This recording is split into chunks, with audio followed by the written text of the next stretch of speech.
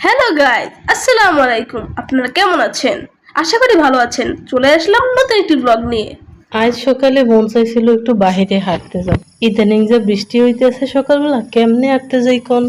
তাই জন্য আর ঈদের পরে আর হাঁটতেছি না। তারপরে তো ভাবলাম বাহিরের আবহাওয়াটা একটু দেখতে তো আসতে পারি। এরপর আবার বাসায় ফেরত আসলাম। ভাবলাম যে প্রতিদিন রুটি বানাই, আজকে রাইয়ানের একটা অন্যরকম সারপ্রাইজ দিই। তবে এই বিশেষ পরাটাটা শিখছি আমার শাশুড়ি আমার কাছে। বিয়ের পর পর সে এই রুটি বানাই আমারে খাওয়াইছিল। তখন তো অল্প বয়স, পুরাই ফিদা হয়ে গেলাম। ভাবলাম যে রাইয়ানরেও খাওয়াই। রুটির ভিতর একটু চিনি দিয়ে একটু লেপে দিলাম, তারপরে বটা দিয়ে একটু বেলে নেব। বাহ, রুটি তো আমার বেলা হয়ে গেছে।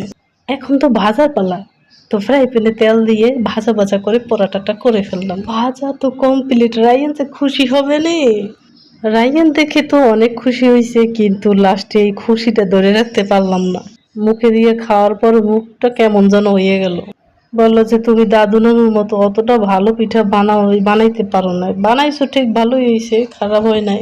তো যা কর, নানি দাদির কাছে আমি ফেল মারছি।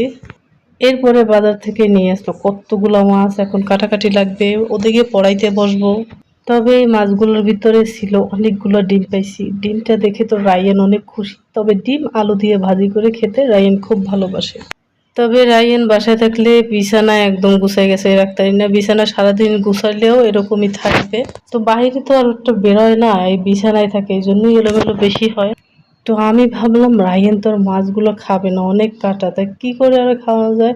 বিশেষ একটা মশলা তৈরি করে মাছটা ডুবো তেলে ভাজি করে নিলাম। সরিষার তেলে তো একটু তো ফেনা উঠবেই। তো মাছ ভাজার সময় একটু একটু তেল ছিটে উঠতেছিল। তো অবশেষে মাছ ভাজা আমার কমপ্লিট হয়ে গেছে। আমি আবার ভালোভাবে ভেজে সাজিয়ে সুন্দর করে রায়ানের সামনে দিয়েছি। এটা দেখে রায়ান কি বলে জানেন? এই মাছটা দেখে আমি যা খুশি হয়েছি, বিয়ে বাড়ির মাছ দেখেও আমি অতটা খুশি হই না। রায়ান তো পুরোই খুশি। আসলে রায়ান যে এত খুশি হবে তা আমি ভাবতেই পারি নাই। রায়ানের কাছে এই মশলাটা জাস্ট ফাটাফাটি লাগছিল। রায়ান বলল যে মা, মশলার সাথে এই মাছটা দারুণ লাগছে, অসাধারণ। এই মশলাটা না হলে মনে হয় আমি আজকে ভাত খেতে পারতাম না। যা টেস্ট হয়েছে না মা, অসাধারণ, দারুণ হয়েছে, দারুণ। এরপরে দুপুরবেলা রায়ানের বাবাকে ফলি মাছ দিয়ে ভাত দিয়েছিলাম। বিকেলবেলা ইচ্ছে হইলো ছাদে যাব। ঘরে বসে থেকে থেকে বোর হয়ে গেলাম। তো ছাদে যাব, রায়ান আবার স্কুটি নেবে না, সে কি আবার হয়, ও ছাদে উঠলে স্কুটি চালাবেই। রায়ান আজকে বিশাল দুর্ঘটনার হাত থেকে বেঁচে গেল। একটুর জন্য হাত পা ভাঙেনি। রায়ানের হাত থেকে খানিকটা রক্ত বের হয়েছে ব্যথা জায়গা থেকে। তারপর বাবা বলছে চল বাবা বাসায় চলে যায়, আর এই জায়গায় আমাদের কাজ নেই।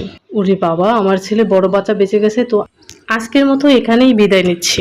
বেঁচে থাকলে আবার ফিরে আসবো নতুন কোনো একটা ব্লগে। খোদা হাফেজ।